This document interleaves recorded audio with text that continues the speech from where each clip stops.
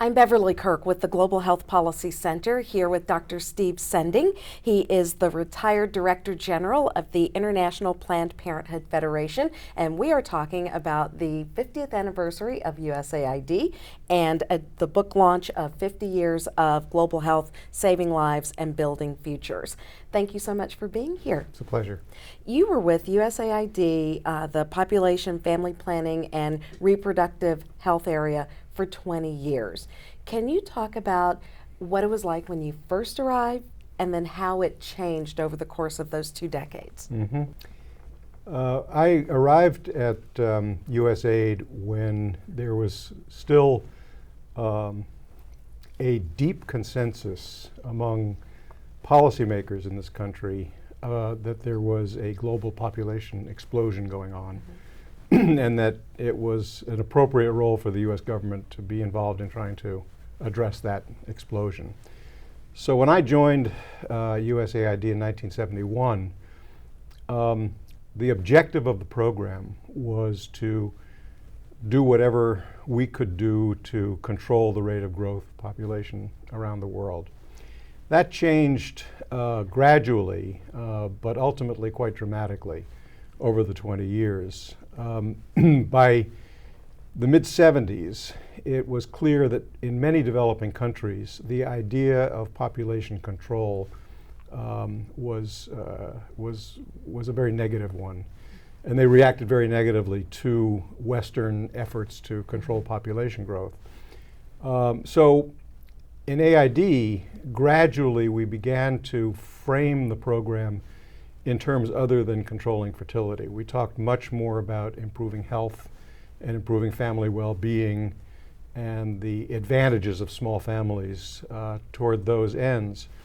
Then in 1980, the Reagan administration came in and explicitly said that the US government didn't believe that population growth was a serious development problem and really cut the ground out from under any remaining demographic objective that still remained in the AID program.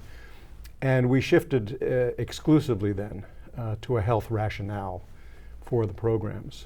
But it also was the beginning of the end of what's sometimes called the golden era of the population program at AID, because with the elimination of the demographic rationale, the macro case for investing heavily in this area began really to weaken, and the program never regained the stature or the funding support or the visibility that it had during the 70s and into the early 80s. Would you say that was the biggest challenge for the program, just that complete shift in mission, if you will? Well, it certainly was a challenge in the sense of retaining broad political support, mm-hmm. because what had been really a bipartisan mm-hmm. program with both political parties strongly behind it became highly partisan. Mm-hmm.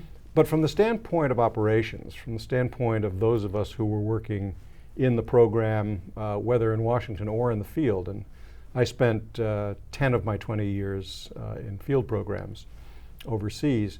It didn't really change very much what we did, mm-hmm. Because what we did was try to extend the availability of family planning services in whatever ways we could with the resources we had. And would you call that probably the biggest accomplishment of the program? No question about it. I mean, if you look at what happened globally to fertility over the course of the period, like, let's say from 1965 to 1990, mm-hmm. 95, it was a revolutionary change. When I first joined the program, the use of contraception in developing countries was under 10% of women of reproductive age. By the time I left the program, it was well over 50%.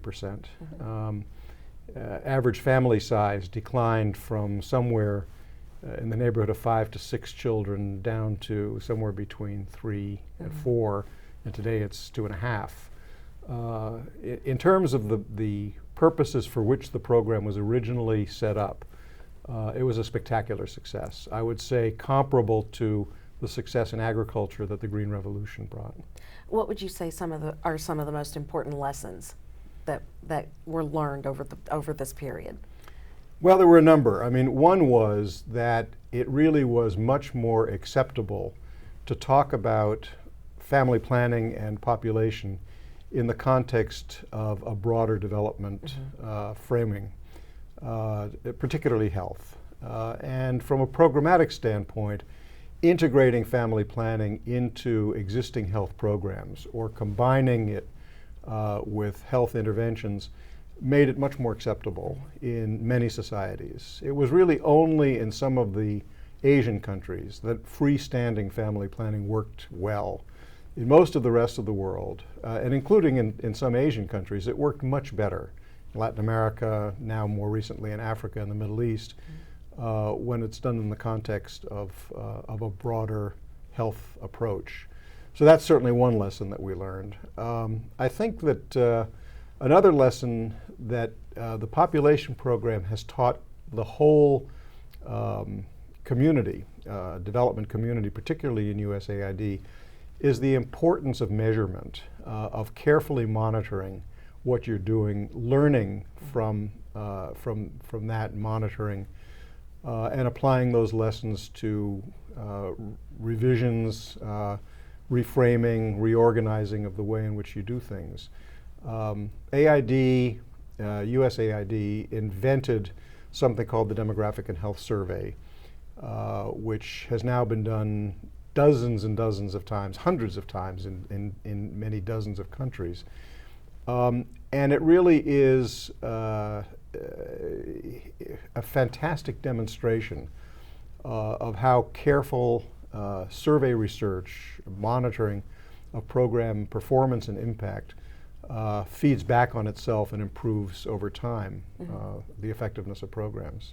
Dr. Steve Sending, thank you so much. Thank you for having me on.